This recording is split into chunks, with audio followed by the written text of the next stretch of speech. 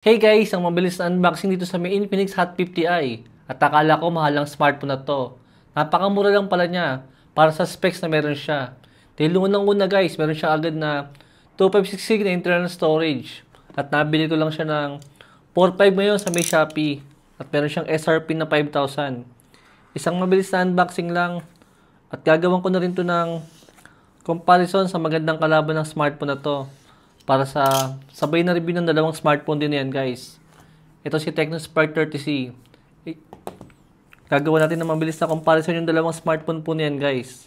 Hindi po sila nagkakalayo ng presyo saka ng specs. Ang nakakapagtaka lang dito sa may Hot 50i saka sa ibang mga smartphone din ni Tecno like ng Spark 30C is naka 4GB lang sila. At naka 4GB lang din to guys. Naka-expandable RAM yan kaya nilagay siya ng 8GB dyan. At naka 256GB na internal storage. At meron din siyang 48 month na smoothness. Siyempre same lang yun nung nasa Tecno na 2 years fluency. Yun naman yung tawag sa kanila. Ito guys yung Hot 50i. Siyempre meron din siyang 120Hz refresh rate. Saka 6.7 inches na punch hole na selfie camera. At meron pa siya nakalagay na 300% ultra volume, saka syempre 18 watts lang yan, saka 5,000 mAh siya battery. At meron siyang 48 megapixel na main camera. Syempre expect nyo na yung pipili nating color dito. Is itong color. Yan, silver. Ano bang pangalan ng color niya? Yan, titanium gray yung pangalan ng color na to guys. Syempre ito yung pinili natin para dito sa parang kulay white na smartphone natin. Tanggalin ko lang tong sticker niya para mas makita natin yung design. Yan. First impression ko sa design ng smartphone na to, medyo para siyang actually plastic lang to pero parang okay yung pagka-plastic niya. Dahil hindi siya fingerprint magnet. Meron siyang frosted na likod dito. At ito yung kanyang camera na merong syempre 48 megapixel nga. Siguradong 2 megapixel lang din yung kasama na yan. Tingnan natin yung kasama sa package.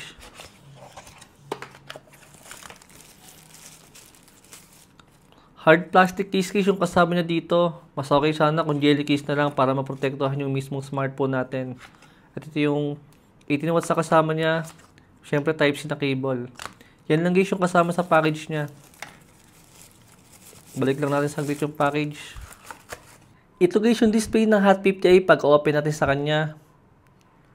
At syempre naka Android 14 na nga rin yan. Tingnan natin yung settings niya saglit. Napansin ko lang na parang iba yung mga icon niya dito. Medyo naging pabilog na po siya. Yan. Infinix Hot 50i. Meron nga siyang Helio G81 na processor. 4GB RAM. 48 megapixel na main camera, saka 8 megapixel na front selfie camera. 5,000 mAh siya battery, saka 720p resolution. At naka Android 14 siya. Ang main complaint ko lang sa mga bagong mga smartphone ngayon guys, itong Helio G81 is technically yun ng Helio G70 na parang 5 years ago na. Dahil kung di ako nagkakamali guys, ang type ng storage na to is meron lang siyang eMMC2 na actually guys, medyo mabagal yung ganong klase ng storage. Hindi siya katulad ng mga UFS na naka 2.1, 3.1. Yun guys, magagandang storage yun. Well guys, wala naman something special sa smartphone na to. Bukod lang sa naka 120Hz sa refresh rate siya. Saka kahit naman na naka Unisoc yung nakaraan na model, kahit naka 9Hz yun. Para medyo nabibilisan pa ako sa smartphone na yun, yung mga naka Unisoc na mga processor. Pero syempre, ito na nga yung mga bagong smartphone ngayon. At gagawa tayo ng comparison. Ito si Spark 30C, saka ito si Hot 50i. Tingnan natin kung sino ba ang worth it bilhin. Dahil parang halos hindi sila nagkakalayo ng specs. Buti naman kila Tecno sa kila Infinix. Kahit pa paano naman pinag-iba na nila yung design ng dalawang smartphone nila. Hindi katulad ng mga nakaraang model. Puro iisa lang yung mga specs. At puro iisa lang yung mga forma ng mga camera. At dito nga sa dalawang smartphone na to, is kahit pa paano naman nagkaroon siya ng pinagkaiba rito. Hindi na siya magkamukha ng forma ng mga camera. Pero sa internal nila, sa may display po nila guys, saka sa may processor ng dalawang smartphone na to, is halos hindi sila nagkakalayo. Tingnan na natin sa mas detailed na comparison kung sino ba yung dapat kunin natin sa dalawang smartphone na to. Balik na lang po kung nakatulad yung mabilis na unboxing natin. Thanks for watching.